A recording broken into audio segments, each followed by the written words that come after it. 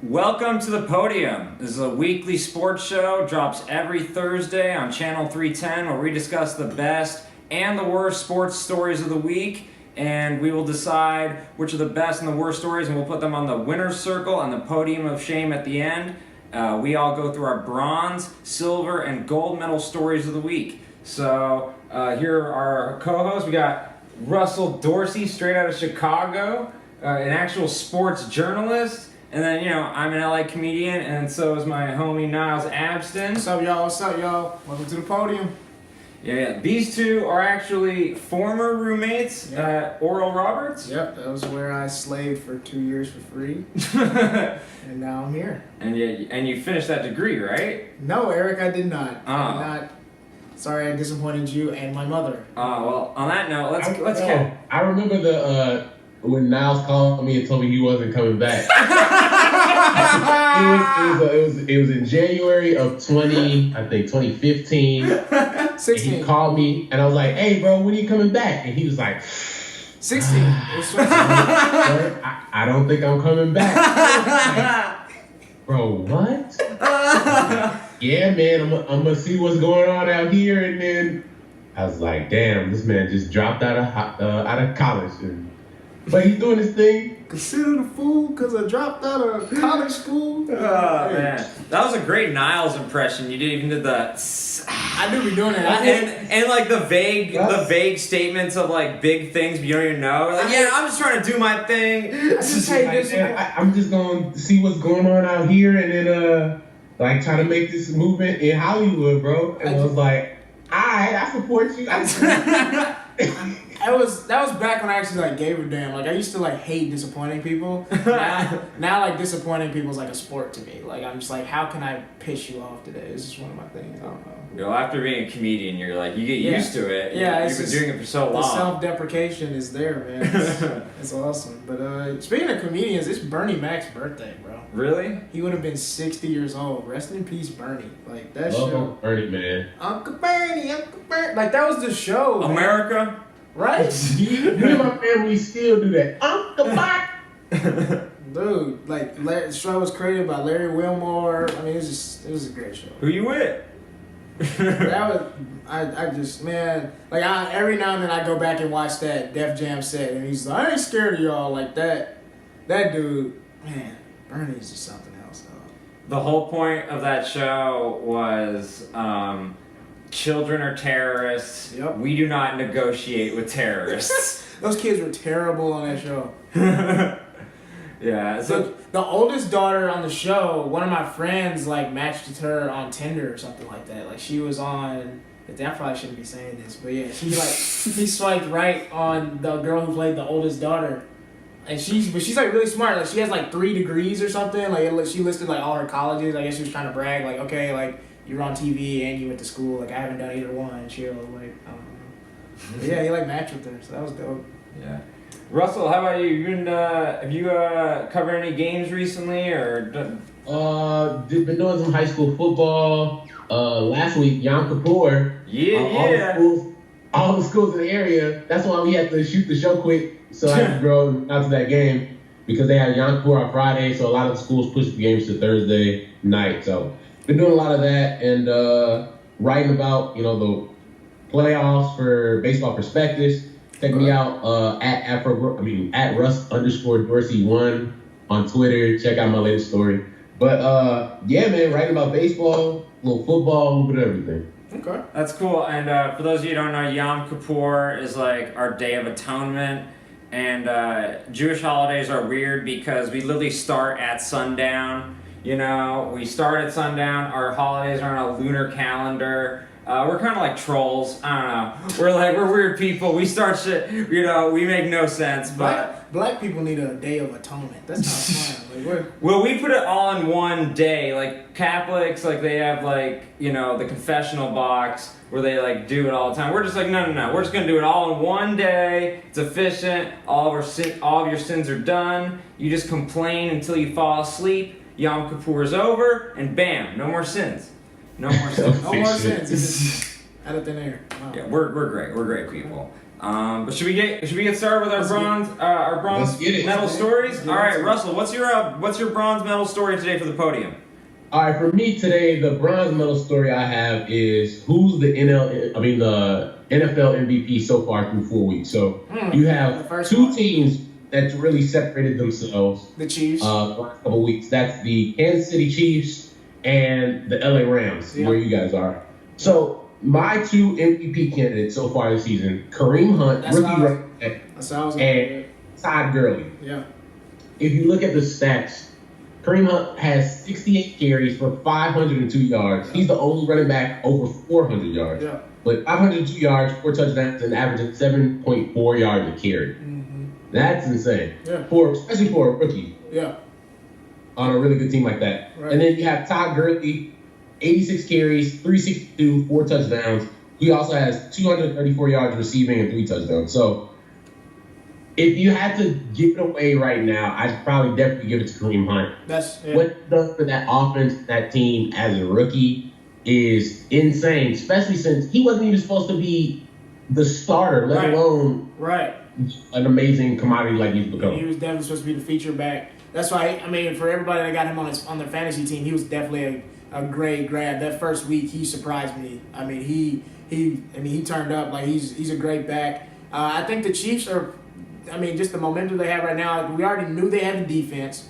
We knew they had a steady quarterback in Alex Smith, but I think Kareem Hunt has been that X factor. He would definitely be my MVP right now. he's on pace to rush for like 1,500, 1,600 yards. Like, he's on pace to have like an Ezekiel Elliott rookie season. So, he's amazing. The LA Rams, it's funny. They're doing really well, and nobody out here gives a damn. Like, there's just too much going on in LA, dog. Like, I met Justin Bieber the other day. I really don't care about that. It's just... But Todd Gurley, he's a man amongst boys. He's a beast as well, on pace to having a great rushing season. I really think once the Rams kind of they're probably going to play some better teams. I think Jared Goff's inconsistencies are going to start to show. But as Todd Gurley, they got to feed him the ball, man. That's the guy. That's the guy. For me, the LA Rams, they can be more explained by Sean McVay, because all these pieces on the offense seem to gel together. He's not... Jeff Fisher last year, I think Todd Gurley called it a middle school offense. Is that what he referred it to? Something. Clearly Sean McVay is doing something much better. He's making these pieces more cohesive. Right. And also, if you look at the Rams, Cooper Kupp is emerging. Goff is he's a 180-degree difference from last year. Yeah. I think Todd Gurley is just part of a changing culture. And didn't they lose the Hard Knocks curse too? That was last year. Exactly. So all these things are going great for them. Whereas with the Chiefs, there's only I would say Alex Smith is probably 10% better than he is. Andy Reid is making 10% less bad decisions, but it's clearly Kareem Hunt who's doing it. And then they're undefeated. They're the only undefeated team left in the league. Mm-hmm. They've had a pretty hard schedule too. And so I definitely think it's the Chiefs and Kareem Hunt. I think that's the story of the first 4 weeks.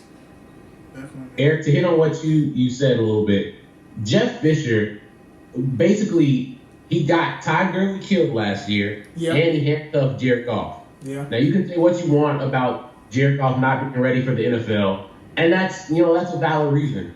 But handcuffing him in an offense and then giving Todd Gurley 35 carries, that's not the way to develop a quarterback and keep your star running back from getting killed. Right. And previously, look at Tavon Austin. They didn't use him correctly. It was like that Percy Harvin thing of we're going to force him and use him. You saw this happen with Christian McCaffrey the first 2 weeks. Instead of just letting him gel into the offense, we have to run Christian McCaffrey plays. We have to run Tavon Austin plays. That's not how it works. These guys are weapons, and you can use them multiple ways. Eventually they figured out Reggie Bush. Not only could he be a decoy, he can do other things. They're using him incorrectly, and that's why Sean McVay, you can finally see all these pieces on the Rams. They're actually really good pieces, and now they're actually starting to gel together. It's much different. Definitely. Nobody still gives a damn about the Rams, though. Yeah, they are putting tarps on the upper parts of the stadium, and they're still claiming that they've sold out, even though it's the smallest stadium in the league, and they're still putting tarps up. I guarantee you, if they put out free Rams tickets and free coupons more In-N-Out coupons would sell. Oh yeah, do you know why? Because it's in Carson.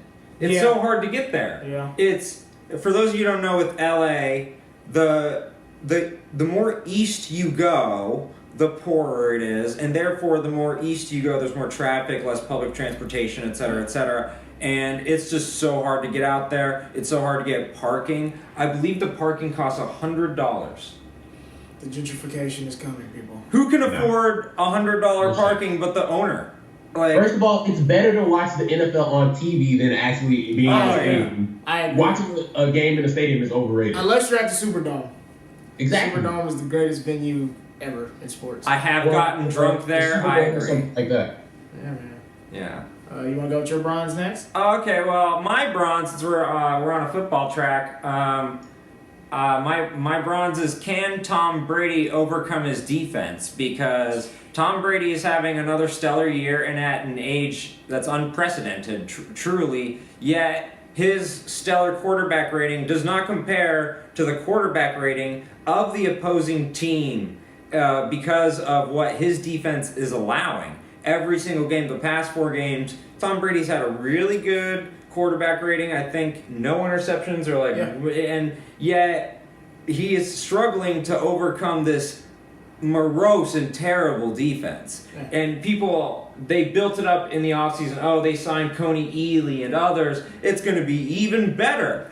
And I think they overlooked the fact that, how many points did you give up in the first half against the Falcons? Yeah. People forget that the Falcons were shell-shocked and crapping their pants as they knew they were giving up the worst comeback, the biggest comeback in the history of the Super Bowl. People overlooked. There's a reason why they had such a big lead. Yeah. That defense is terrible, and so I'm asking. Wasn't that great last year? I'm asking you guys. What do you guys think is going forward? Can you overcome it, or is this finally going to be the year where it kind of catches up to the Patriots? I think it's about to end, man. It's watching Alex Smith tear them up for 368 yards, 4 touchdowns.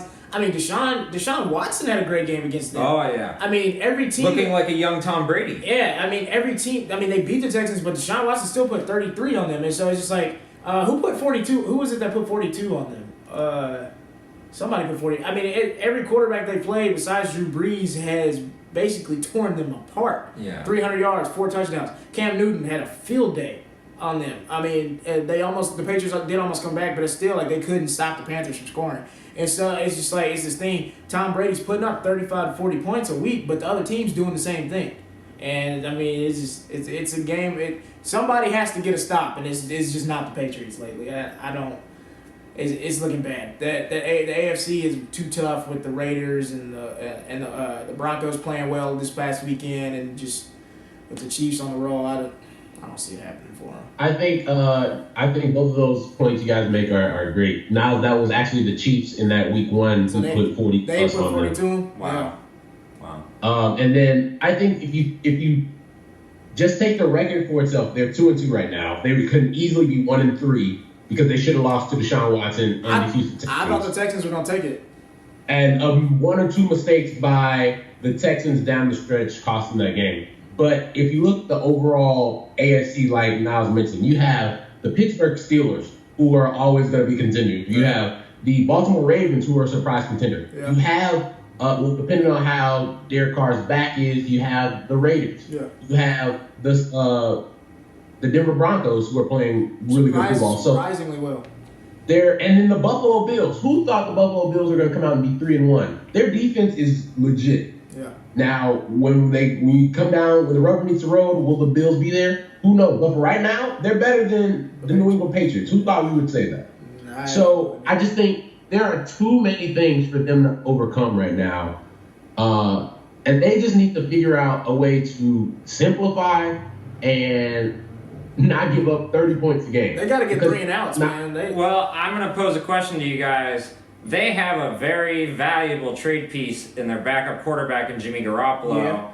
Yeah. Would you guys trade him for some defensive pieces? Definitely. I definitely would, because the argument is Tom Brady is getting old, and you want a quarterback, but. Does anyone really think Jimmy Garoppolo is going to be the next Tom Brady? No, and my thing is just like I'm not with this whole like what Jimmy might be. No, win now, dog. We got Tom Brady, we got Gronkowski, we stole Brandon Cooks from the Saints. Like I want to win now. Let's trade him. Let's get some defensive pieces because that secondary is trash. And it's just like holding on to Jimmy Garoppolo because Tom Brady's going to be done in 2 or 3 years. What does that do? Because who knows what receiving core you're going to have in 2 or 3 years? What running back you're going to have in 2 or 3 years? So if you're playing this whole 2-3 year thing, let's win. We just won the Super Bowl. Let's win again. Well, they've also Ninkovich retired. Their pass rush needs help too, and that's part of how you help a secondary who can't cover people is you get to the quarterback quicker. If you can get hurry ups and sacks, that makes a secondary look a lot better. So they either need front four help or back four help. But either way, they need some pieces right now because they really 35 points a game. I don't care how well Tom Brady is playing with. Human error, people dropping balls, the weather is only going to get colder. You can't expect him to be fucking putting down 35. It's just too much. No. I think one thing to think about, especially when you're talking about trading Jimmy Garoppolo, the Patriots tried to hold up a lot of teams for Jimmy Garoppolo, trying to get middle first-round picks or top 10 first-round picks for Jimmy Garoppolo. Right. Now the Patriots are in dire straits as far as their defense is concerned. Teams aren't going to be willing to help the Patriots out just so they can get a defensive player. That is also true. Or on the defensive line. Teams are going to know the Patriots have been getting over on people for years. Just look at this, like Niles talking about the Saints and Brandon Cooks. It's going to be a lot tougher to, I think, trade Jimmy Garoppolo now than it would have been a year ago, maybe 2 years ago. Yeah. Because, I mean, the thing is, they're scoring points. Every game, they scored lots of points. It's just, they can't stop. It looks like you could have Tom Brady for another year or two after this. Oh, definitely. He's playing great. Jimmy Garoppolo is going to he's going to have dust on him. There are going to be cobwebs on him. Trade him. Because Aaron Rodgers did so well with the whole sitting down for a while, I think everybody thinks like, if we draft a decent quarterback, he sits behind a great one for 5 years, he's going to be Aaron Rodgers. Yes. No, Aaron Rodgers is just a supreme He would have been great anyway. Exactly. Well, the argument is people are saying Jimmy Garoppolo and Tom Brady, it's like the Joe Montana, Steve Young corollary. And I'm here to tell you, there's no way Jimmy Garoppolo is a tenth of what Steve Young was. Steve Young was an amazing athlete. Yeah, you can. That was the only time in history where you replaced a great quarterback like that. It's not going to happen again. Right. You gotta. Also, if you look at what the Patriots in their history, they did the same thing with Ryan Mallett, and Ryan Mallett was trash. Exactly. Yes. They did. Now, I think Jimmy Garoppolo can be better than Ryan Mallett, but you got to find out sooner or later. Right. Matt Castle. Ryan Mallo's out there 6'10" throwing ducks, and they thought they were about to groom him to be the next MVP. It didn't work out. Yeah. Yeah. But yeah. Hey, let's switch over to baseball for you, boy. My Brian's topic is who do y'all think is going to be the AL and NL MVP? Because it's about, it's getting close. My picks for AL MVP, I'm going with the youngin. I got to go with Aaron Judge. I got to go with him. And my NL MVP, Giancarlo Stanton. Chicks dig the long ball, so I'm going with Giancarlo Stanton right now. I think with the playoff implications coming, it might have something to do with him getting the MVP. But right now, those are the two guys I'm going with. They're just crushing the ball right now. And they're two guys that you just can't pitch to. We saw what happens when you pitch to Aaron Judge. So, it's over with. I think Aaron Judge definitely locked up the AL MVP with that at-bat the other night. Well, I think, Niles, I agree with both your selections. I wrote about the NL MVP race a couple days ago on Baseball Prospectus. Go check that out. But I think when you look at the overall what Giancarlo Stanton did for baseball this season, as far as getting 59 home runs, the most Barry Bonds in 2001, I think the excitement he brought to baseball this summer, when you came home, you wanted to see, all right, did Giancarlo Stanton hit a home run? Yeah, I actually watched the Marlins a couple times, at the bar. It made people watch the Marlins. Yeah. It made people watch baseball who would ordinarily watch baseball. Right. And I think you think about the full context of an MVP, that's the kind of stuff you're talking about. Yeah. No, he didn't play for a winner. No. But for about a month, he almost got the Marlins back into a wild card position. Right. The The MLB. Marlins are a terrible team the first half of the season. Right. On the flip side, you look at Aaron Judge, the best rookie season in the history of Major League Baseball. Since Big And to Man. think that's crazy.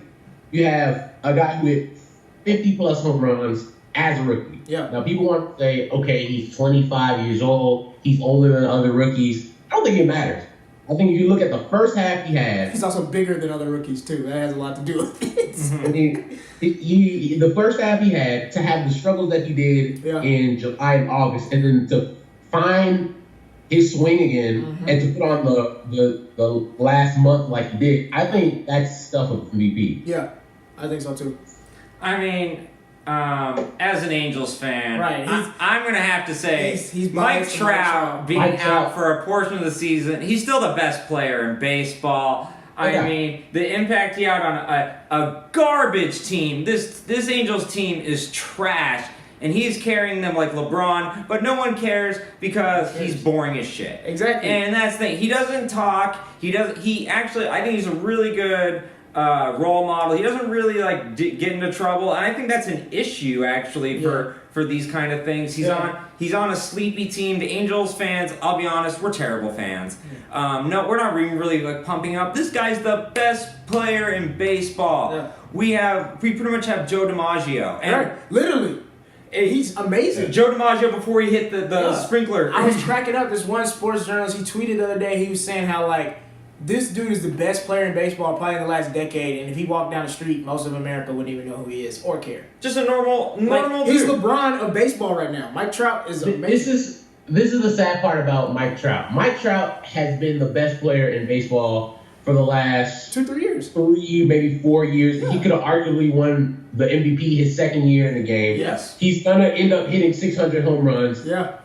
And you're gonna look back and people Who's Mike would Trout? not care about Mike Trout. And that's not even his best skill. Look at the home run catches he's got. Like, he's defensively a god. He's a really good center fielder too. So if you look at the Angels themselves have put just old player after old player with Mike Trout and tried to bring in old money to kind of form a team, and it hasn't worked. And I feel like eventually they're gonna have to come to a point where, do we trade Mike Trout because we're wasting his prime? Similar to what the White Sox did with Chris Sale. Yeah. It would be more like trading Wayne Gretzky. I mean, this is big. When you're talking about trading the number one player in your league, By far. how do you even get close to a return for that? What do? You can't. You go to the Arizona Diamondbacks and you say, "Give me your team." Like, what do you? What you have to do is you have to look at your outlook of the next 5 to 10 years. You have to have some tough conversations and say, even with the best player in baseball, will we be able to win a World Series title? And if the answer is no, you need to strongly consider trading that guy. Well, okay. Nobody wants to be the team that trades Mike Trout. No. Nobody wants to be that team. But if you're going to be closer to winning a World Series without him than with him, because that's a possibility, because their farm system is the worst in baseball. Yes.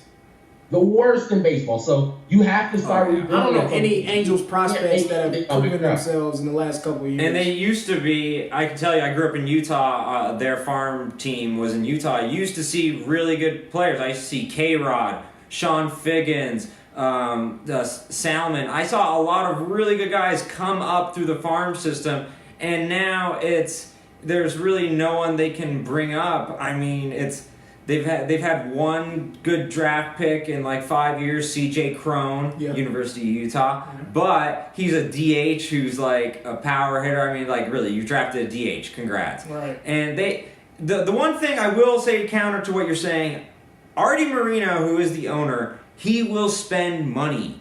And he's been really good to the fans. He lowered the beer prices and the food prices, the parking. He's actually he's a good owner. He's what other owners should be. He's spending, but his general managers have been so bad, putting him in bad contract after bad contract. Yeah.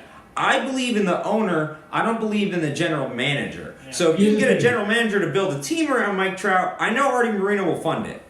In baseball, especially today's baseball, throwing money at the problem does not help you anymore. If you look at this isn't the 2008 Yankees, the Red Sox of old. you can't throw money at all your problems and make them go away. If you look at the Cubs built their farm system from the ground up and then went out and spent $150 million on John Lester. Yeah. And then went out and traded their number one prospect for Jose Quintana. So you have to build that ground up first, then you have to use your finances to bring people in, because it's a lot better down the road. You're not gonna, when you spend money like that, it's like putting a Band-Aid over a bullet wound. Yeah. Shit. Hey, Mike, if you want to come across the freeway, the Dodgers would love for you to hit in the 4-hole for us. So yeah, and not minded at all. And Aaron Judge has such an advantage. Like they always say, oh, he hits in the gap. He has a gigantic gap in his mouth. Okay, it's not fair. Like, and his chin is as big as a bat. What is Mike Trout's contract? Like, how many years he got left on that new contract he signed? Like, how long ago was that? I think we signed him to a 5-year deal. A couple it's of 3 years. years left? Is it 3 or 4 years left? Yeah, we still got time. I don't think it's trade conversation time. I just know he ain't coming back. Unless y'all make the playoffs. I don't know. Here's my thing. Mike Trout, and so this is my last point on it. Mike Trout has made the spectacular mundane. Yeah. And what I mean by that is Mike Trout will always hit above 300. He'll always have 35 plus home runs. He'll always have 85 plus RBIs. He'll always lead the league in runs scored. And he'll always be one of the better center fielders in the game. But he'll always be the best player on his team with no support. Yeah. So you really have to be serious and say, look, we'll never get true value. Yeah. But we can come pretty close. There are a lot of teams out there that have some spectacular farm system. You look at the Yankees, you look at the White Sox, you look at the Dodgers. Yeah. There are some amazing farm systems out there where you can get the future Mike Trout maybe in a trade like this. Yeah. Now you're going to have to get quantity and you're going to have to get quality, but you got to do something to get something. Yeah. So it's a conversation that needs to happen. Right. Don't ever have it, please. Please don't ever have it. That's all I'm saying. I hope I don't care if he's like Barry Sanders and we run his career into the ground. Keep him. Keep him forever. He's our guy. He's our guy. All right, but let's move on to the silver. What's your silver what's your silver medal podium story for today, Russell? I have just a little bit NBA talk. We didn't get to talk much NBA last week because so much was going on, but there have been some moves made in the NBA that are so intriguing and interesting. Yeah. Let's start with OKC. You now have Carmelo Anthony joining the Oklahoma City Thunder. And then my boy Russ, you got to give it up. Russell, let me tell you something, guys. Guys named Russell support each other. That's a loyal dude, man. Guys named Russell support each other. When Russell Westbrook secured this $205 million bag to hang with the OKC Thunder for the next 5 years, right on, Russ. You're doing the Russells proud. And what day did he do it on, Niles? KD's birthday. Pettiness is real, bro. He's real. You know how funny it would have been if he had signed that contract with like a cupcake next to him? Like, that would have been so funny, dog. But KD's not built for that, man. KD is not built for that. I joke a lot on KD, but here's the thing. I can't even be mad. I did the same thing. I left Oklahoma for California too. So like, I can't even be mad. I was very surprised by Russell Westbrook signing that extension. Like, I mean, now the ball's in PG's court now. Like, I feel like he put pressure on PG, like, all right, dude, I'm staying. So if we do well this year, which I do see them going to the Western Conference Finals. I really do. Because a lot of people are like, oh, it's going to take time to check. Dog, it's basketball at the end of the day. And it's something these dudes have been doing since they're kids, man. They're going to be able to play. Melo, I think he's going to play a lot more motivated this year. Mm-hmm. I think that was the pickup of the offseason. A lot of people are saying Gordon Hayward to the Celtics, but I think Melo to the Thunder was the pickup of the offseason because I think it was something nobody expected. Yeah. I thought he was going to go to the Blazers. If you look at the Thunder's potential lineup, so you have Russ the 1, Roberson at the 2. Yeah. I mean, take the good with the bad. He can lock up, though.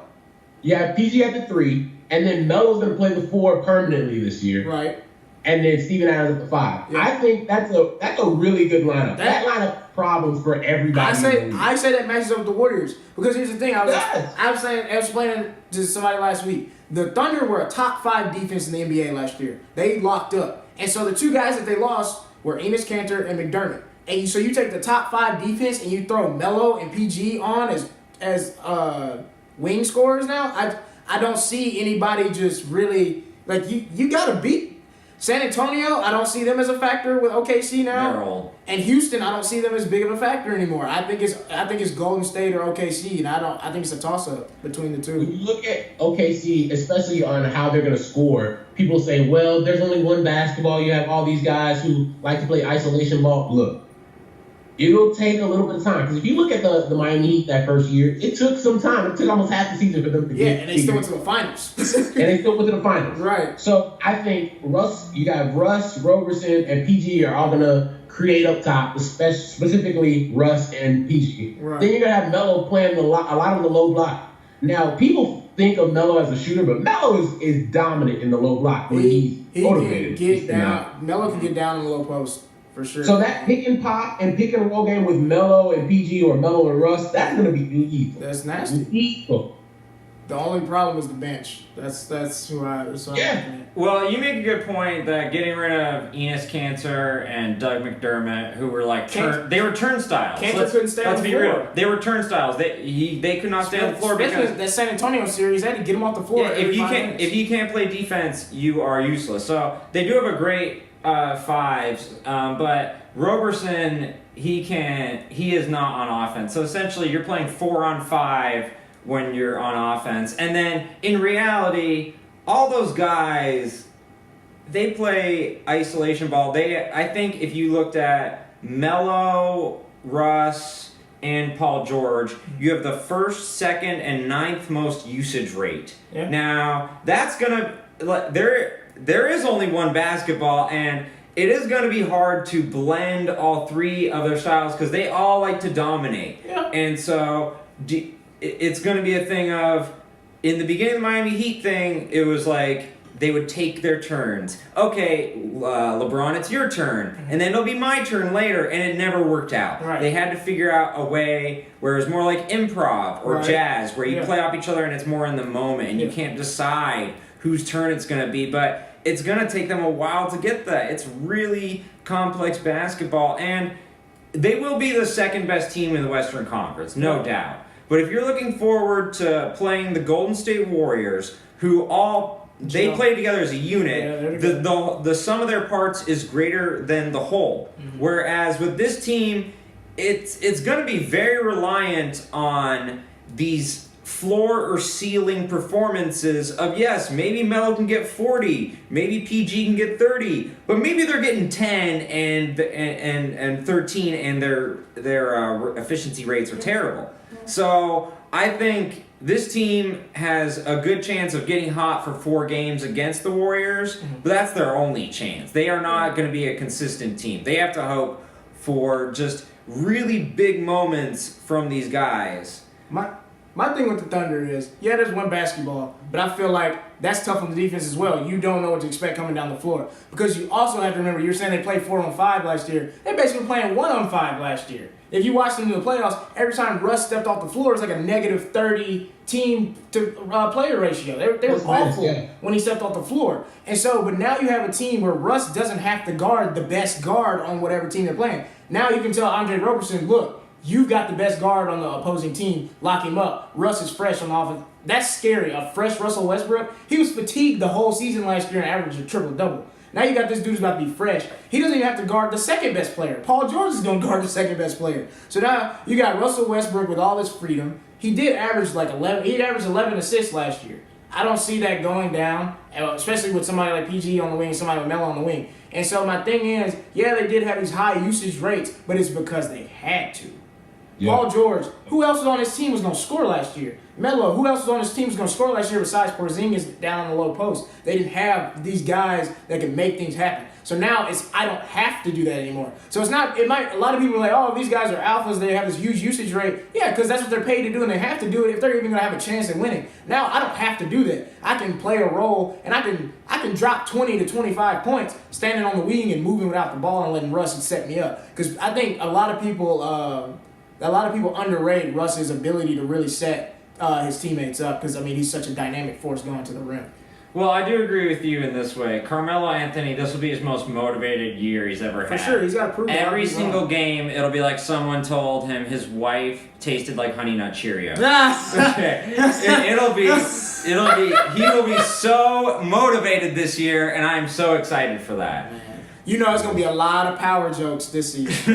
Lala been getting down on this last season of Power. By the way, before we move on, Lala came up in that Google search. Right. The only one unhappy about the trade is Lala. Like, I'm going from New York to Hicktown, Oklahoma. She's like, I'm not moving. You can go play basketball. I'm chilling here. She is pulling a Melania Trump, and she is staying. She is staying in New York. Lala and Melania are both in New York getting mimosas while the husbands are out in OKC and DC. Yeah, real quick before we get off this topic, I just want to point out real quick.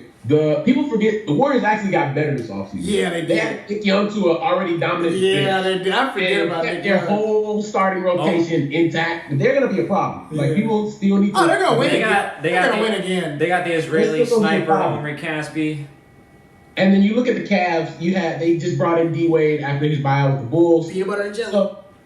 Peanut butter and jelly back together again. Yeah. And so I put together a couple of different lineups that the Cavs can throw out there. Yeah. And it's actually pretty scary if you think about it. So with Isaiah Thomas being out until January with the hip injury, you have D Rose, who people like to crack on D Rose. He averaged 18 points a game last year. He averaged 18 and 6. He played most games since 2010. Exactly. Right? So then their starting lineup is going to be D Rose, D Wade, LeBron, Kevin Love, and Tristan Thompson. Yeah. That's an amazing starting five. Yeah. I don't care how old D Wade is. I don't care how old LeBron is. And I don't care what Derrick Rose's knees look like. This is a guy that still played well last year and played the most he has since he tore his ACL. I'll take that lineup over anybody in the East. Then you have when Isaiah Thomas comes back and Derrick goes to the bench, you have Isaiah Thomas, D Wade, Bron, K Love, Tristan Thompson. Yeah, and I was even reading where they're gonna bring Tristan Thompson off the bench and go small. K Love at the 5, Jay Crowder at the 4, LeBron at the 3, J.R. Smith at the 2, and D Rose at the 1. Because I saw they're grooming D Wade to play a lot of backup point guard until IT comes back. So now you got a D Wade where he's not going to have to look to score all the time. He's really going to be able to create opportunities for other people. I think that's a good mix right there.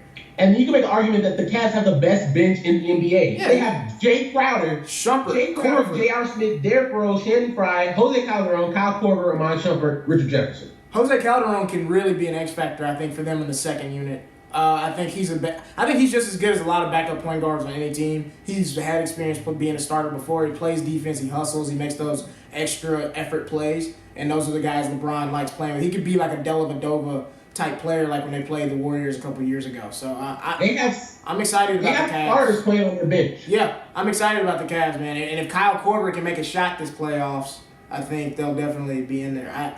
The Celtics, the Wizards, I don't think any of them even have a shot against the Cavs. I see the Cavs not losing the game going into the finals. That's me. I don't see them losing the game. That's fair. All right, so Niles, what's your silver medal? My silver. Let's keep it in the NBA. Silver medal. My favorite weekend of the year because it comes around my birthday, All-Star Weekend. They're changing the format of the All-Star game. I know a lot of comedians have been saying it's because the East is so trash that they had to change. That's really what it is. But bro, I mean, really, if they were doing East versus West, it was gonna be LeBron and Giannis versus everybody else. And I think the West was gonna be so loaded. It would have been as fun because you wouldn't see your favorite players like Jimmy Butler but there'd be a chance he doesn't make the team. There'd be a chance Paul George doesn't make the team now that they've moved over. And guys like Karl Anthony Towns, there's a chance they won't make the All-Star team. So I like this format now where they're going to take the two biggest vote getters, who of course are going to end up being LeBron and Steph Curry. I think we can just go ahead and say that. With barring injury, or Russell Westbrook, So the two biggest vote getters are going to pick their own teams out of who gets voted, and I think that's going to be a cool format to make the game a little more interesting. Because last year it was just really kind of let's just throw Anthony Davis lobs for 2 hours, and that just got really boring. Whereas I think this, like Kevin Love saying, it's going to be a real kind of black top pickup style format. Let's have fun with the buddies because I'm playing with the homie, not really just we're in the same conference and all this kind of stuff. So I'd like to see what they do with the coaching as well. Do the captains get to pick their coach, or do we even need a coach for an All-Star game? So I think the drama that this is going to build up is especially it's so tantalizing. All off-season stuff like with KD and Russ. Well, no, that's what I'm saying. Let's say LeBron, Russ and LeBron are captains. Exactly. They are going to be going back and forth to make sure, like, I want KD and Russ to be on the same team. Exactly. I want Kyrie and LeBron to be on the same team. I want Gordon Hayward to be standing there like the lame white boy is the last pick, you traitor bitch. I hope you stand there like I do at every gym class, just waiting to be picked. Like, why am I not being picked? Where am I? What's going on? Can you get some water for us, Gordon? Eric is definitely a Jazz fan. The white kid that's on the last pick is usually the one who can ball the most. Right. So.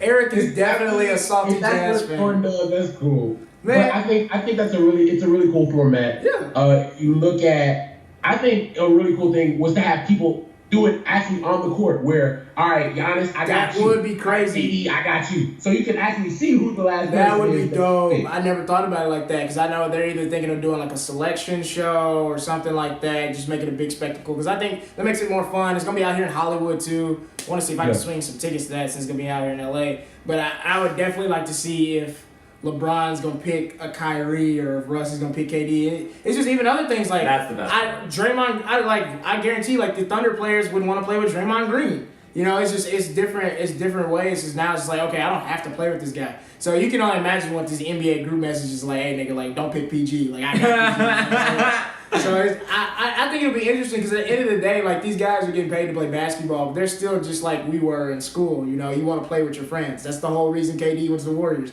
So I think it'll be fun. I think it'll be a better All-Star game for this new format. So excellent decision. I think one of the best things I think they've done in a while. Definitely. All right. Well, my silver medal podium topic. I just thought this is fascinating. We haven't broached this subject, but Lamelo Ball was pulled out of school at Chino Hills, which is very local to us. I wouldn't think it's probably like 30 minutes away. 30 minutes, yeah. Yeah, and he got pulled out by his infamous father, Lavar Ball. Triple B blood. And before you guys get into it, I just want to say, I'll be honest, I really don't like Lavar that much. I feel like his son Lonzo is such a spectacular player. Yes. I want to talk about him.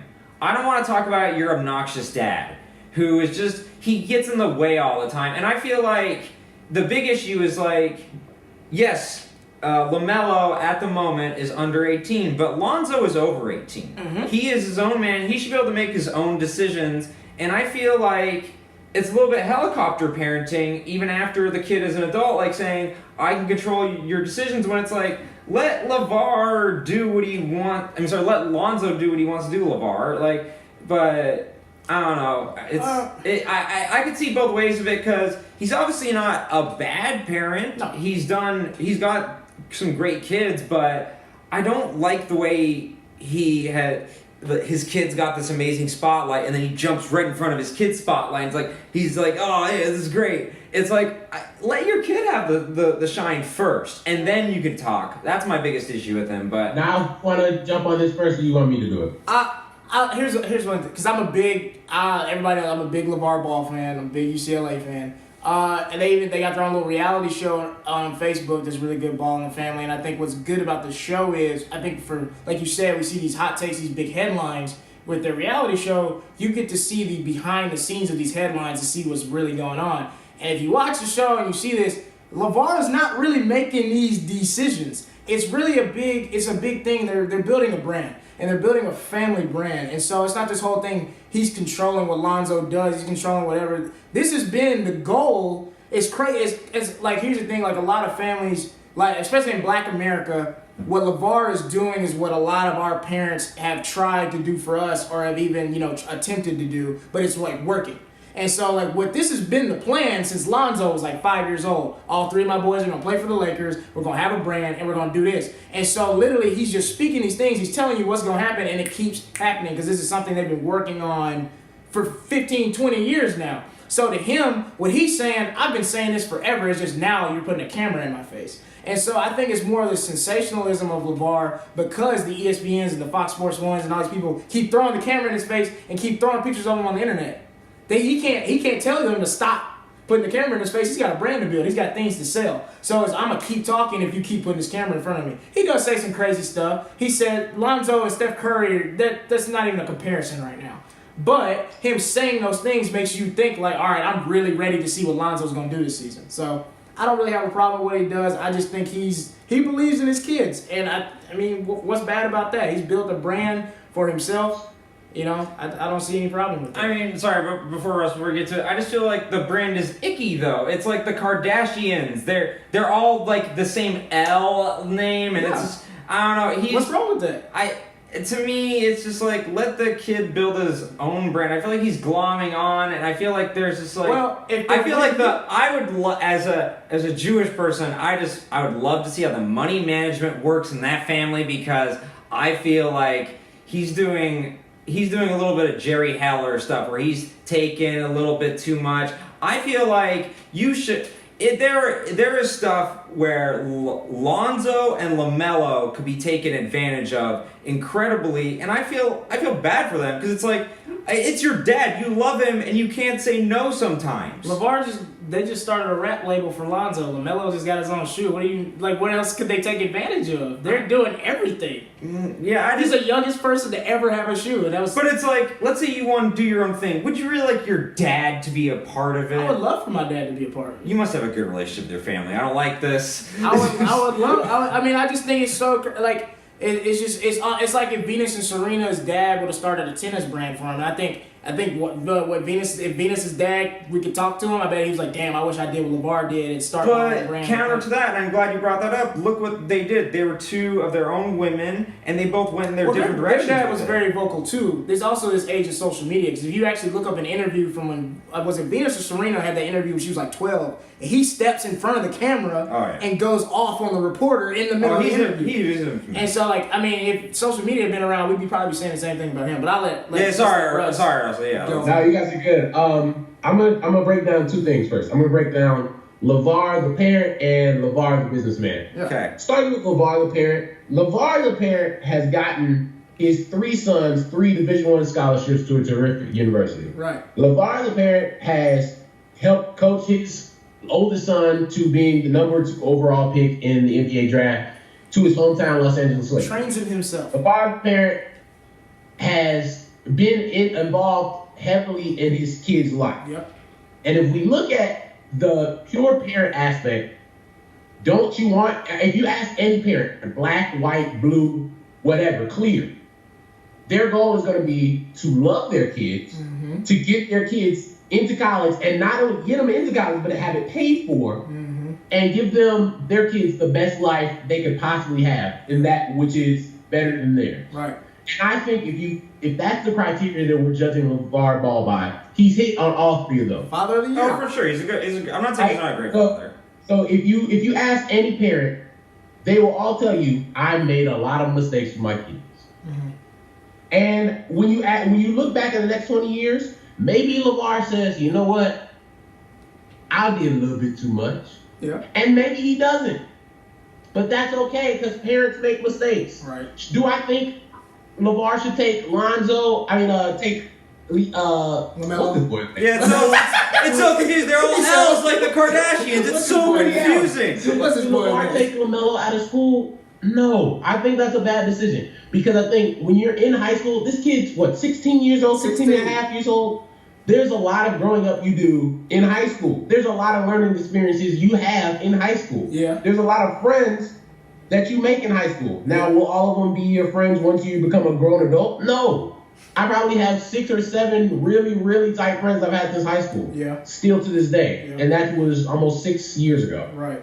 So I think that was a poor choice on his part. Well, now, if you have a problem with the coach, if you have a problem with all these different things, change schools. Yeah. There's a lot of private schools out there that would love to have a check by LeVar Ball, and would love to have that exposure and the popularity of having a superstar talent like LaMelo Ball at their school. Yeah, you know, I get that. If you break down from LeVar the businessman, first of all, I'm going to say this. I'm really happy with what LeVar Ball has tried to do as far as not only being a businessman, but being a black businessman. And as a father, to create a legacy for his children on a smaller scale, not quite what Jay-Z did with all his different things for his kids, but kind of cut from that same cloth as, I'm going to have this, I'm going to build it to as big as I possibly can make it, and then when I'm gone, my kids will have something that will be representative of me and my love for them that they can take on and hopefully grow themselves. And I think that's excellent, not only as a businessman, but as a black businessman. Yeah. I think big baller brand, everything has to start somewhere. Right. Under Armour had to start somewhere. Nike had to start somewhere. Adidas had to start somewhere. So maybe the shoes are ugly. There's a lot of ugly shoes out there. Hey, them new ZO2s look nice. I'm not gonna lie. And them ugly shoes out there. The Melo ones look nice too. And the prices won't always be $450. Exactly. That's something they have to do right now because of the production. They're still a small company. Exactly. But as they grow in their business, those joints are gonna come down and people are gonna buy them. You think people are buying them right now? The people buying them now, yeah. And my 2 cents on him taking Lamelo out of school, and somebody brought this to my perspective. You gotta understand, out here in LA, you know how many celebrity kids end up getting taken out of school and homeschooled? It's just the thing that's different with Melo is, Melo's an athlete at the same time. And so the way in America, and what I like in other countries that they've done is, sports and school have become so synonymous, whereas in Europe, you go to school, then you play for a club team. Or in Asia, you go to school, you play for a club team. But in America, sports and school is so synonymous. It's like, oh no, he's in high school. How's he gonna play basketball? What is he gonna do? He's like, no, I can train him and we can still go play this AAU club stuff. We can figure it all out. And so there's so many, nobody got mad at Chris that Kendall and Kylie didn't go to a real high school. After a while, they didn't go to real school after a while. There's so many celebrities. Jaden Smith didn't go to a real high school. LaMelo Ball has 3 million followers on Instagram. Honestly, if my kid was that popular, I don't know if I want him in a public school setting. I don't know if I want him in a private school setting. Because a lot of these private schools, especially when it comes to having black athletes and famous black kids, it's this whole notion of making so much money off a persona but not really caring about you as a person. And so, and that has a lot to do with what the NCAA does, and that's why, LeVar Ball said he didn't care what the NCAA said about LaMelo's eligibility, because they're worried about making money, first of all. But that's what I wanted to get to.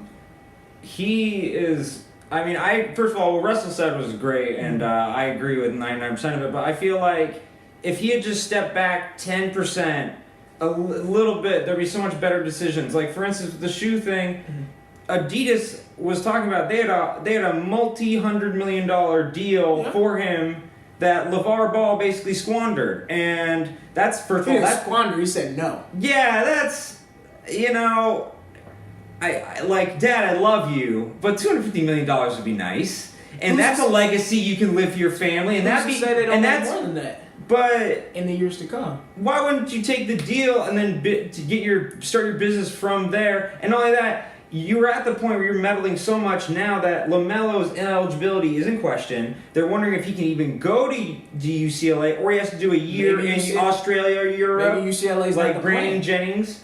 But the Lakers is the end goal. That's what he said. He said, I want my 3 boys to play for the Lakers. UCLA is not the end goal. I know that, but again, his meddling has gotten to the point where instead of his second son, just doing a very simple thing and maybe going to UCLA, just like his brother did. Now he's gotten to the point where he's meddling, and now he might do the Brandon Jennings thing of going to Australia. And is it meddling or is it his plan and we don't really know what he's doing right now? You're giving him a little Machiavellian credit, Here's the thing. To take to Niles' point, who's to say that in Europe wouldn't be beneficial for him? Exactly. Because there's a lot of great players in Europe that probably would tear LaMelo Ball up right now. You also have to understand. And maybe he needs that. I'm a 16-year-old kid with my own shoe. I built up this brand even more. 3 years from now, I'm in China playing. Now I have a global market on my shoe. At 19 years old, before I even hit the league.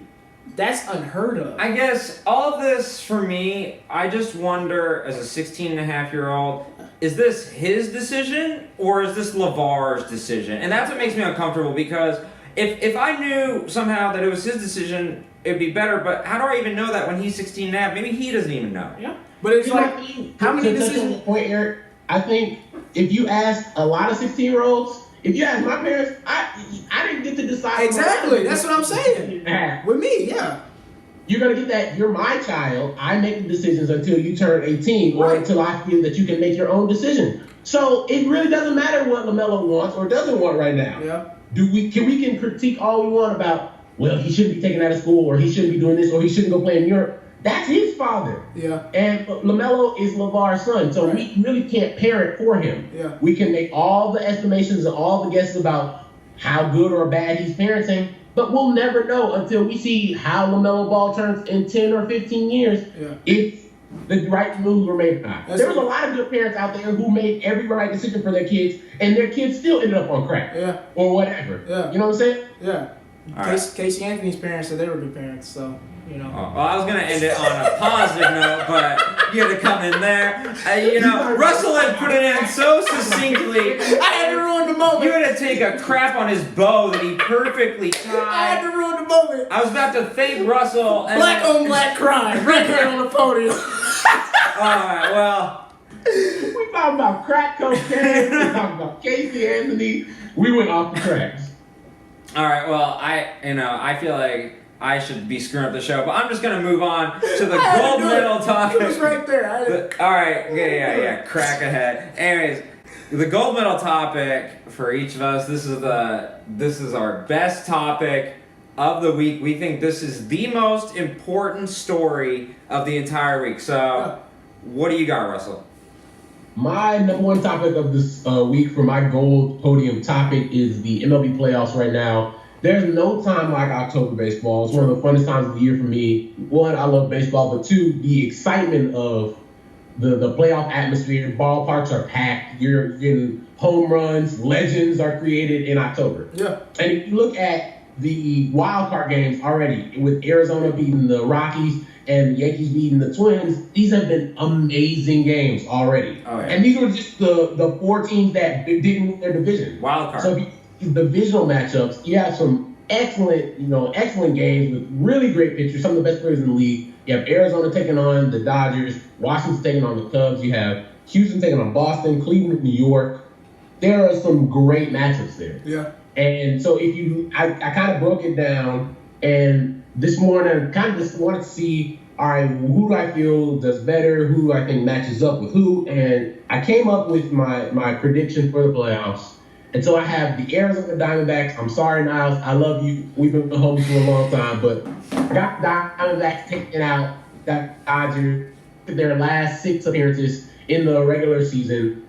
Arizona tore up the Dodgers 6 games in a row. That's right. True. So I'm one guy who thinks that could be a small sample size. Yeah. But small sample sizes mean a lot in October. Yeah. In October baseball. It's very true. Over the course of a 162 game season, maybe not, but when it comes down to a couple of weeks where you have 5 games to decide if you're going to move on or not, I think there was enough seen in that last 6 game stretch where the Dodgers don't want that smoke from the Diamondbacks. I'll tell you that right now. I have Washington taking out the Cubs.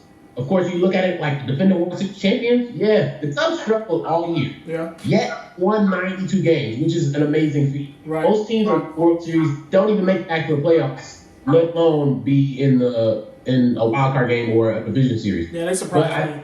Washington has better bullpen. Have Bryce Harper, who came back. He struggled coming back, but if you have a knee injury like he had, it's going to take a little bit to get back. Yeah. He's had time off to kind of readjust that swing. With Daniel Murphy, Anthony Rendon, who's the MVP candidate, Ryan Zimmerman, who's the MVP candidate, they have a tremendous lineup, and I think in the end it's going to be a little bit too much for the Cubs to handle. Go over to the American League side, Houston, Boston, 2 great teams. You have Chris Sale, 300 strikeouts this year. You have the Houston Astros, who have a great young lineup of Carlos Correa, Jose Altuve. You have Marwin Gonzalez, who's a bench player for him and had hit over 300, had over 20 homers, had over 80 RBIs as their bench player. Right. So they have throughout, George Fuller, one of the most exciting players in the game right now. They have a great lineup that they've been waiting to break out for a couple years ago. 2015 when they played the Royals and kind of squandered that opportunity when they were a young team. Didn't play as well in 2016 because of injuries, and then now 2017, it looks like it's going to be their year. Boston, a really good team, Mookie Betts, Xander Bogaerts, but they played really poorly down the stretch, and I think that's going to leak over into October. I think so too. I think take them out. Yeah. Cleveland and New York. This might be the most intriguing matchup of the entire first round because you look at the Cleveland Indians. They had the best stretch in the history of baseball, in the history of the American League. Won 22 games in a row. Were the story of August and played some terrific baseball led by their star shortstop Francisco Lindor. They have probably the best starting rotation in Major League Baseball led by Corey Kluber, and one of the best bullpens with Andrew Miller and closing it out with Cody Allen. So I think the Indians take out the Yankees, even though the Yankees are a really good story in and of themselves. Aaron Judge, we talked about him earlier, best rookie season of all time. Right. Yeah. Castro, former Cub, who's playing, had his best year since the late 2000s. You have players like Brett Gardner having a great year. Didi Gregorius, who came out of nowhere and are making Yankees fans not forget about Derek Jeter, but he had the best power season by a shortstop, including Derek Jeter. So there's some really good matchups here. I have Cleveland beating the Diamondbacks in the World Series in 5 games. It should be a great postseason with a lot of exciting moments, and we'll talk about it in the weeks to come. Right. I think this October is going to be really exciting. I think this is one of the first Octobers I'm definitely going to have the TV on baseball like a lot. I usually just keep up with the scores. But I love the matchups with the Nationals and the Cubs. Probably my favorite matchup right now, just to see if Bryce Harper is going to deliver in this series. You know what I'm saying? With the injuries and all that kind of stuff. I'm excited about that. I gotta go with the Dodgers just because I'm a Dodgers fan. Like, I'm biased right now, but I think we're gonna be crip walking in Dodger Stadium. I think we got the Diamondbacks, man. Because here's the thing: at the end of the day, I feel like the Dodgers have the best pitching rotation and the bullpen in baseball. That's me. I think we do, and I think at the end of the day, that's what wins playoff games.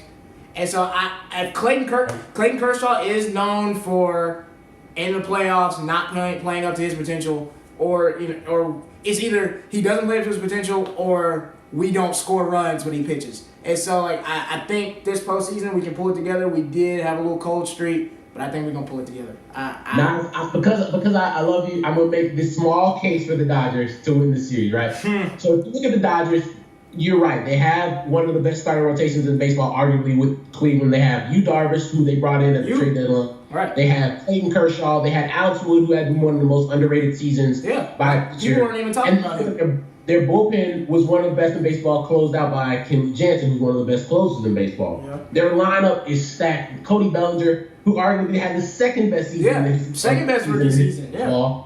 He was the anchor of their lineup. Justin Turner. Right. Yasiel Puig had a really big year for them. So I think if you look at the one weakness for the Arizona Diamondbacks, their bullpen is not as strong. Exactly. They might have the weakest bullpen out of anybody in the playoffs, right? Exactly. And you saw last night in the wild card game how it came back to bite them. Yeah. And I think Archie Bradley is a lot better than he showed last night. Yeah. That was crazy. This time, he's their best bullpen for option. Sure. Not even their closer, Francisco Rodney, is a surefire thing. Yeah. So if you wanted to make a case for the Dodgers winning that series, it would be that the Diamondbacks bullpen might falter in big games. Yeah. Well, to me, in the baseball playoffs, you ride the teams that are hot. Yeah. I mean, even before that, though, the games last night were amazing. Yeah. The last 2 games, those are 2 of the best baseball games I've ever seen. Juicing the baseball has really worked out for the commissioner. I'm really proud of him. But I like to ride the teams that are hot, to be honest. That's what I like to do. So I pretty much agreed with what Russell was saying, except when he said the Nationals, they're a little injured right now. They're a little banged up. Bryce Harper is just coming back off something. They're not playing that well right now. I would not take the Nationals. I would not take the Dodgers. We're talking about teams that have peaked too early. Yep. Dodgers peaked way too early. I really think the Indians peaked too early. Really? Yeah, I think the Indians, they rode their hotness out. I like the Diamondbacks. I like the Diamondbacks. I think Cleveland's I think Cleveland's good. I want to see if they can continue that momentum. I liked what I saw out of the Arizona Diamondbacks last night. It's hard to hit in the playoffs, and I really think they might get a little more consistently than anybody else. Yeah. But I pretty much agreed with what Russell was saying. But it's going to be an amazing playoffs. Always trust pitching, fellas. So if you think about it, the best pitching, Cleveland Indians. Yeah. They're definitely the scariest team to me in the playoffs right now. I would have to say I don't think the Yankees are going to play that well against them. So Well, we got to move on to our gold medal topic for Niles. What's your topic? My gold medal, I'm taking it to college football. I'm thinking, like, who's going to stop this inevitable rematch between Clemson and Bama? I don't see it. I don't see anybody stopping them. I just feel like they're 40, 50 points better than everybody in college football right now. And I really feel like this college football playoff, this is a hot take, but I really think this whole college football playoff format of these 4 teams has really skewed recruiting in a way. Whereas teams like Alabama and Clemson, who've proven themselves in this first couple of years of it, kind of have the pick of the litter at every recruit. Because you've seen the SEC is not as strong as it used to be. The SEC used to be a conference from top to bottom, could beat the crap out of anybody else. Whereas same with the ACC, from top to bottom, usually had a lot better teams. Florida State really isn't as good as people really thought they were. Teams like LSU, Georgia, Florida, Tennessee, not as good as they've been in recent years. And I think it's because this top 4 format, these 4- and 5-star recruits are eyeing like, wow, Clemson and Bama and Ohio State are making it every single year. I need to hop on here. And so Alabama, something people aren't talking about, they have 4 injuries to their first team defense that all happened in the first 2 weeks. 2 outside linebackers out, a defensive end out, a DB out, and they're still beating people by 40, 50 points. Clemson, new starting quarterback, Hobson, I think his last name, his name's Kelly something. Dude is ridiculous. 6'4", 225 pounds. He's rushing for 100 yards every game, easily. And so it's just like these teams that they're playing is just like they're head and shoulders better than everybody. They look like they look like an NFL team out there playing these college kids, and I just don't see anybody stopping Bama and Clemson from playing each other again. They're just literally 2 trains on the same track, and they're gonna play again next year because Jalen Hurts, freshman, he's a sophomore quarterback. Alabama's coming back again. This quarterback for Clemson, he's gonna be back next year. They're 2 teams that are just unstoppable right now. I can't stand either one of their coaches either, and I hate it. Like they're probably gonna play this year. It's probably gonna be like Cleveland and Golden State. It's just gonna keep happening because this top 4 format is just making players feel like that's where I need to play to get on TV. Like this is literally what's happening. I think it's a vacuum of coaching talent too. Like Urban Meyer is in the Big Ten. You got Jim Harbaugh, and then that's about it. Yeah. And then you go in the SEC. It's Nick Saban and who else? I can't really. A bunch of guys who are getting caught for recruiting violations, like Hugh Freeze. Hugh Freeze, shout out to him. And so I feel like all these other coaches, they have to cheat to compete with what Nick Saban and other people have. And let's be honest, they're cheating too, but they have more money to hide the cheating so that going forward it's easier. That's what I'm saying. I think it's just the rich get richer in college football, and it's kind of annoying. This 1 through 4 things. I mean, they beat the Ole Miss Rebels 66-3. This is a team that beat them 2 years in a row. They beat them at home in 2015. They beat them at home. Katy Perry was there. And now you're getting beat 66-3. And I don't feel like Ole Miss has had a drop off of talent. I just think Alabama's just gotten better. And you wouldn't think a team like Alabama could get better recruiting-wise, but it's another team, if they lost 4 starters at the beginning of the season, it would demoralize the team. I think this always happens, though. I mean, sorry, Russell, but I think this always happens. Pete Carroll had like 5-star running back recruits at USC every year. Yeah. I mean, it's always the rich get richer. What do you think about this, Russell? It's really, I think it's almost like what we talked about with basketball, because now we talked about how can a team like Alabama get better in recruiting when they're already the best? It's like talking about the Warriors and them getting better than they already were last year. Yeah. When you're a great team and you have a great coach, people want to be a part of that. Mm-hmm. If Nick Saban came into my house, sat with me and my parents and told me I can win a national championship and go to the NFL and give you $100,000, I'm going to Tuscaloosa to play for the Crimson Tide. Yeah. I'm sorry.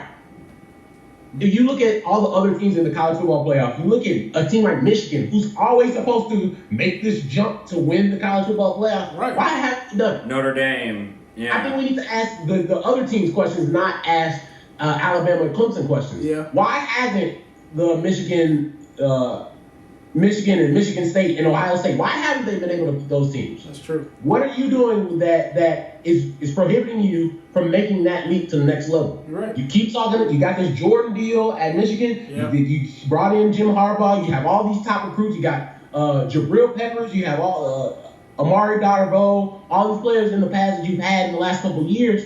Why haven't you been able to compete with the teams on the big stage? Yeah, it's true. True. And I feel like Dabo Swinney for Clemson is cemented himself in that Nick Saban, like that's the Nick Saban level. Not as good as Nick Saban, but his recruiting has been up there over the last couple of years. We've seen it with players like Deshaun Watson and DeAndre Hopkins, and just, I mean, he's got guys that are producing in the NFL right now, and it shows with the way they play on the field. So, yeah, so it'll be interesting to watch when Alabama and Clemson play each other again this year. Yeah, the SEC is as small as ever. SEC is a lot weaker. It's a shame. But I guess that leads me to my gold medal topic. I really think the implications of this one are fascinating. Adam Silver, the commissioner of the NBA, he sent out a memo to all the NBA players, basically as a preemptive strike to what happened in the NFL, saying you will stand for the national anthem. Yeah. And it's gone over completely fine. No one's said anything. Oh, wait. Actually, Kobe said something. J.R. Smith has already said something. Yeah. I mean, when you have former and current players already saying stuff, I feel like it's just trouble's brewing. I think the quietness is like this calm before the storm is kind of scary for the NBA. I feel like they think like something's going to happen. You know what I'm saying? So, it's like you said, Kobe said he would take a knee. J.R. Smith saw the tweet. It was from maybe Bleacher Report. I think they said like Adam Silver sends out a memo that they have to stand for the national anthem, and J.R. Smith is like, I bet. Yeah. But a guy like J.R. Smith says, I bet. That's a little scary. So I don't. I mean, he only went through the championship parade shirtless. I don't know what you're talking about. He's just totally normal. And anytime a brother says, I bet, something about to happen. Right. Especially with a guy like J.R. Smith, who is infamous for being faded off the Henny. That, as he says, you know, something's gonna happen. I don't know what it is, but it's definitely gonna be something. You have a league that hinges on being 80% black. The top player, the top faces in the league, the president of the NBA Players Association is black, and he's very on the side of social justice, Chris Paul. So it's just like I'm excited to see what happens. And I think what the way Adam Silver messed up, and I think majority of America does this a lot. I think Adam Silver is just like, everything's cool in the NBA. Everybody's been, you know, whatever. We haven't had this turmoil like the NFL. So I think when he said that, he wasn't saying it in a way like, you better stand. It's just like, hey, this is the rule. Everything's been good. What do we have to worry about? And Adam Silver's not really thinking about like what these players are really protesting about. He's more thinking of saving face for his league. And I think he might pay for that in the long run by not thinking. But I thought about it. I'm kind of confused here because if you look at everything Adam Silver has done since he took over David Stern, it's kind of like a switch up. They've been all the right moves. Like if you even include removing the All-Star game from Charlotte and putting it in New Orleans because of the legislation that happened there, I think you look at it and you're just like, well, you've done all this stuff, Adam Silver. Yeah. Why are you all of a sudden making this shift? Because a couple weeks ago, they had the letter that he and the president of the NBA Players Association wrote about social justice and how they wanted their athletes to be at the forefront of the social justice issues in the country right now. Right. So I'm confused as to why you won't allow those same players, after saying all of that a couple weeks ago, to now turn and say, hey, we're not going to let you take a knee. Yeah. That's confusing. I think it's great. Talking out of both sides of your mouth. Yeah. Yeah, I think that really is the first major mistake in the Silver administration. Yeah. And I think it's a big one. And I've always said this about Adam Silver. He's had it really easy. You know, it's been kind of an easy road. Now, the first big thing happens. You're going to find out what happened to David Stern when he got vilified, and it's not. I think the honeymoon period is over with him. It's official. Because I think what sets the NBA and the NFL apart is the NFL is all about brand, the shield. The owners create the culture, and the players, you do the work for us, and we get paid. The NBA is very player-oriented because it's so global. I think what Adam Silver didn't take into account is the coaches of the NBA are going to stand behind their players. Oh, yeah. Steve Kerr, we've heard his comments on Trump. We've heard his comments on the State of America. Greg Popovich, Greg Popovich makes so many white people uncomfortable with his comments saying, I mean, he literally said, it's like this country runs a 100-meter dash and white people have a 50-yard head start. Like, he said that on camera. He said race is the elephant in the room. Exactly. And then you have guys like Van Gundy who consistently talk about racism and politics and things like that. So if you already know, if Draymond Green goes to Steve Kerr and say, hey, bro, you know what? We're not even coming out the locker room for the national anthem. You think Steve Kerr is about to yell at them and be whatever? Steve Kerr got back issues, bro. He's trying to win another championship. He's not about to deal with all that, especially when he kind of feels the same way. And that's another thing. In the NFL, you have all these coaches, even the black coaches that are on this all lives matter to Uncle Tom type thing, whereas you got white coaches in the NBA calling out white supremacy. It's a completely different culture. So you already have coaches that low-key don't want to stand for the national anthem, and now you're putting their players in a position where the players can make this decision to really shake things up in the league. Because at the end of the day, NBA is still gonna come on TV, and LeBron James is gonna dunk the basketball. So if LeBron James stands up for the national anthem or not, he's playing. And if you're Adam Silver, you know that. So I don't even know, like you said, why he made that statement. It was kind of like a reverse of everything else he said, and I think it's because like white America really plays on symbols, like taking the All-Star game from Charlotte to New Orleans, I really feel like is a symbol. It was more of a symbol. Because think about it, how many transgender employees are there in the NBA? Are they really making that much change for transgender people? No, they're not. But it was a symbol. We look good. And so, like, now you're messing with the flag, you're messing with the national anthem, another symbol. So, yeah, I might be this progressive, this liberal, but I'm not going to mess with white America's symbol, so you better stand up. So, that's the way I see it. Yeah, well, I was actually just thinking about this. Do you think, I was going to say the NBA is the most progressive league, but let me take it a step further. Do you think the NBA is the only progressive league? That and the WNBA. Yeah, I mean, well, yes. Not really a league. So they, whoa, wow. I mean, they get, come on, man. They do a great job selling soda in the summer. Yeah, the stadium. Chill. The Lynx won the championship last night, man. Chill. Oh yeah, great job by the way. You cursed them. I did. I just love the Sparks. I love the Sparks so much, and I love the WNBA, and I really want to see Sparks go back to back. And I just feel like nobody in the city cared. So there was some good There was a really good basketball play in that last game. I thought it was decent. Oh, they play good basketball. It's just they don't know how to sell or promote. There's no one in the stands. Yeah. There's no one in the stands really. Yeah. It's a shame. It's rough. But yeah, all their players were kneeling and sitting for the national anthem in the WNBA. Yeah, they've been doing it for a while. They've been on the forefront of social justice for a while. And like I said on Secret Black People Meeting, black women are usually on the forefront of this. Black women are doing it. Nobody's talking about it. But if Draymond Green sits down, oh my God! I'm like, come on, dog. Women have been doing this for like a whole season. So. I think personally, I might just have a little bit of jealousy because even if they kneel, they're still taller than me. And it just like hurts me. Like I hate that. I'm so bitter. But yeah. Shout out to Maya Moore. Congrats. She's won 5 championships? One of the best shooters I've ever seen. She's amazing. She's had an amazing career. Yeah. But yeah, Adam Silver, you effed up, bro.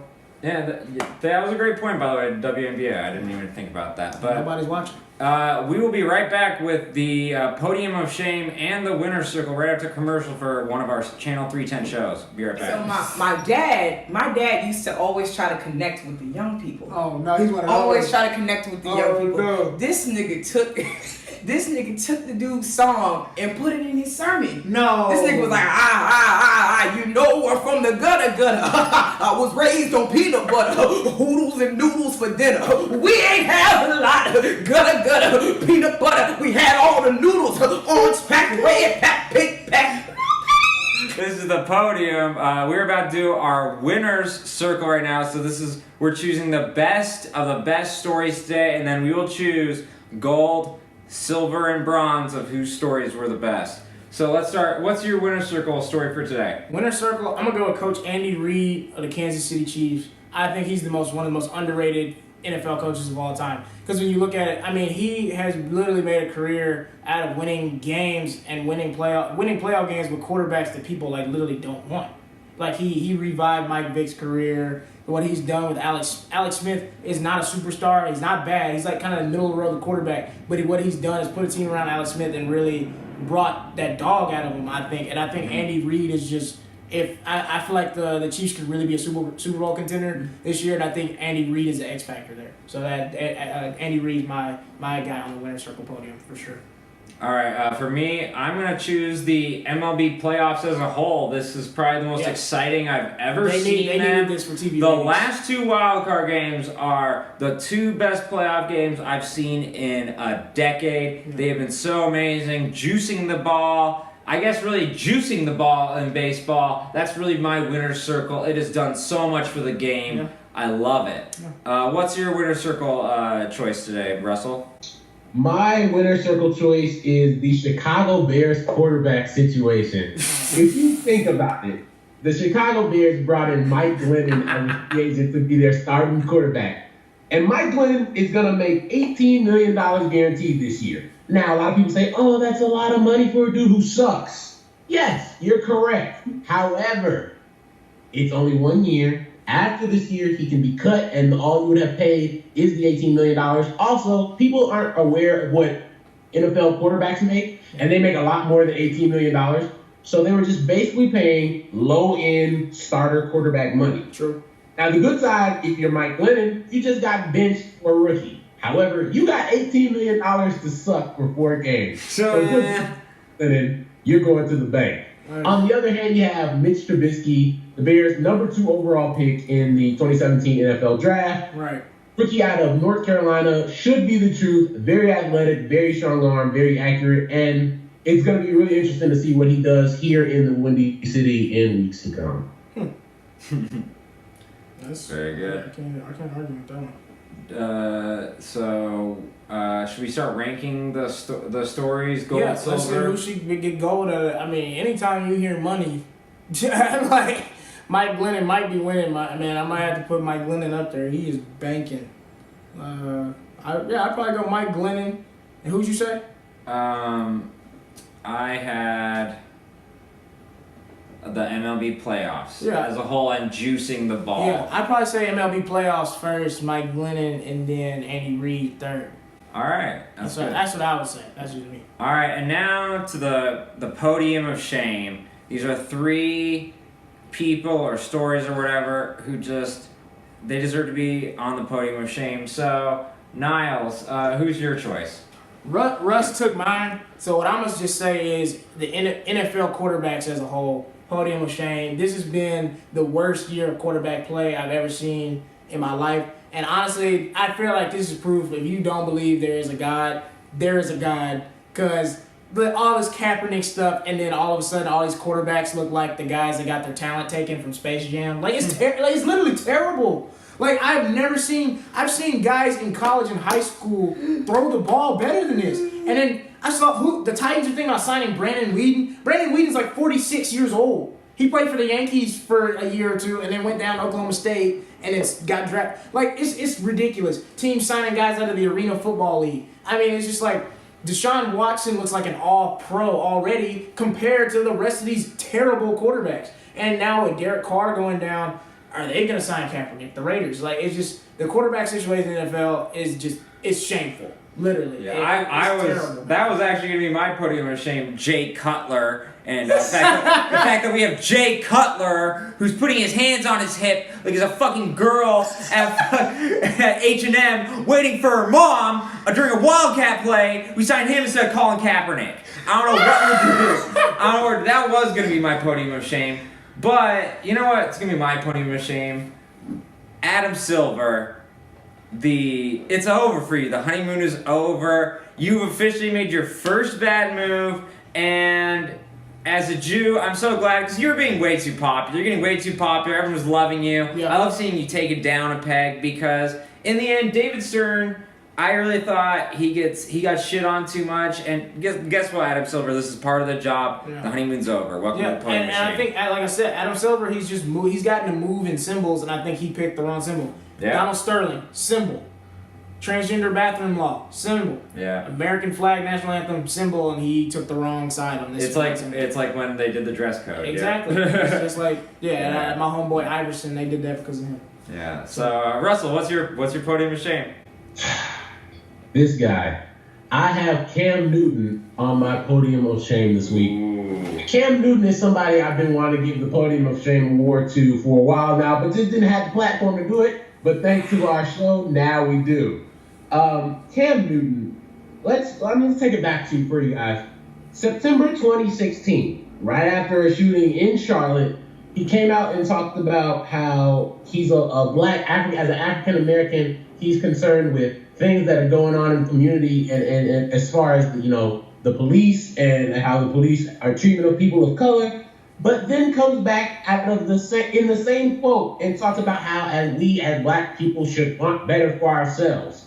Basically saying, what about black on black crime? Right. Which is so all lives matter. For the fact that acting like black people don't care about what happens in our community, we only care about what happens. What about Chicago? Or the police. That's not the truth. And it's really frustrating to see somebody on that level who comes from the South and has seen what college the community goes through on a daily basis, and to say something like that. This was September of 2016. Then February of 2017, the same Cam Newton says, we moved past racism as a country. If you look at our country in the last calendar year, know that last week, the farthest from the truth. Wow. The farthest from the truth. And then, of course, yesterday after practice, the Carolina Panthers press conference, a female reporter by the name of Jordan Rodriguez asked him a very good question about Devin Funchess, asking him if he thought Devin Funchess was doing better with more physical routes than he had in previous weeks. Cam responds by saying, it's funny to hear a female talk about routes. And nobody in the room laughed. Nobody. Because it's not funny. I thought that was going to be funny when he thought about that. Oh, it's being funny when people talk about routes. And he said it and nobody laughed. And everybody's laughing at Cam Newton because he's an idiot and a clown. Yeah. I don't know what goes through this guy's mind on an everyday basis, but for far too long, he's tried to appease both sides. Yeah. He's tried to appease the black community, but he's tried to appease his employer and his owners about, well, we need to be doing this and you shouldn't be doing that, and being critical of different things involving the black community. And then on Sunday, this is what set off for me. After he scored his 50th career rushing touchdown, put up his fist in the air take your fist down. I've been down for the cause. Right. No, you haven't. Take your fist down. You haven't been down for the cause. You've shown us who you really are. My favorite quote of all time, Maya Angelou said, when somebody shows you who they really are, believe them. Amen. Him has shown us for a long time who he is. He's a guy that wants to play both sides when it appeals to him. No, he just wants to make money. He is on my podium of shame. I would give him the gold, man. Yeah, I would say, Niles, we just learned how to lay it out. He just won the gold. I feel like Russ has been wanting to do this to Cam for a minute now. And he just gave me a reason to yesterday with that bull he said about Jordan Rodriguez yesterday. That was crazy. Like, and if you knew me in high school, you would know I was the biggest Cam Newton fan ever. What he did at Auburn that one season was amazing, and I think we loved him so much because he kept his mouth shut. Okay, he didn't talk. When dumbasses don't talk, we think they're smart. And so, here's the thing. What I think Cam should do, he should come out and go, guys, it's the CTE. Blame the CTE, Cam. Blame the CTE, because they about to give y'all checks for that. Just blame that. If I was in the NFL, I'd say something dumb. Because, bro, you have to understand I don't get this whole notion of women don't know football. I know so many women that know football. 45% of NFL fans and viewers are women. Check out Angelica Mackey on Secret Black People Meeting. Angelica Mackey on episode 3, she gave us a whole rundown of the Cowboys and the relationship between Dak and Dez. I was like, you breaking this down like you Jamel, girl. And so Jamel Hill came out and called Cam Newton an idiot for what he said. And when Jamel Hill labels you an idiot, Niles actually labels you an idiot. So Cam Newton, you were gold on the podium of shame. I would give silver to the NFL quarterback situation and then bronze to Adam Silver. It was his first mistake, we'll only give him a bronze. This is Cam Newton's 40th mistake. And the thing is... Hey, one more last thing on Cam Newton, guys, before we end the show. Okay, wrap it up for us. If you look at Cam Newton, he could have taken over the NFL. Smile, his stature, his skills, his talent. He's black. But he's an idiot. He's immature. And so when he opens his mouth and just says these things thinking that this is going to make people happy, this is going to make me the cool dude, and it's not cool. No. I'm a journalist. I'm in locker rooms all the time, and I see plenty of women covering teams. plenty of smart women who've been doing it for a long time. Exactly. You think Doris Burke is weird? No. Talking about LeBron on his pick and roll? No. You think Justin Mendoza is weird? Or it's funny that Justin Mendoza talks about hanging curveballs? No. I want to hear, as a fan and as a professional in the field, I want to hear from people that know what they're talking about. Exactly. And women know what they're talking about. They're in these positions for a reason. They're not just there as some token woman just so y'all can shut up about it. No, these women know what they're doing. Yeah. They're in these positions for a reason. And I think stuff like that from Cam, that needs to be, we need to get that out of I here. think what's alarming to so many people, when Cam Newton cracks a joke or says something like that, it's indicative of what he might be saying in private or what his thoughts are about women in sports, and so that's a scary thing, and it's problematic. And so I understand people's outrage with it. Yeah, Cam Newton, you get to go, bro. I thought that was so well said, Russell. Thank you so much. You definitely won the podium machine today. For real. Where can we check out some of your work before we go? Right. Yeah, everything you want to catch the NL MVP thing or anything. I'm obviously writing about the Cubs here in Chicago or any high school football stuff with me or whatever. At Russ_Dorsey1 on Twitter, at Russ_Dorsey1. Also Facebook, you can just search Russell Dorsey. My pictures pop up, and then I appreciate it. Yeah, check out the articles he mentioned. We put them in the episode. Check out Niles' show, Secret Black People Meeting, every Monday. Every Monday. You're doing a great job fucking hosting that, man. You're doing an amazing job. And we will see you next Thursday. Thank you so much for the podium. Appreciate it.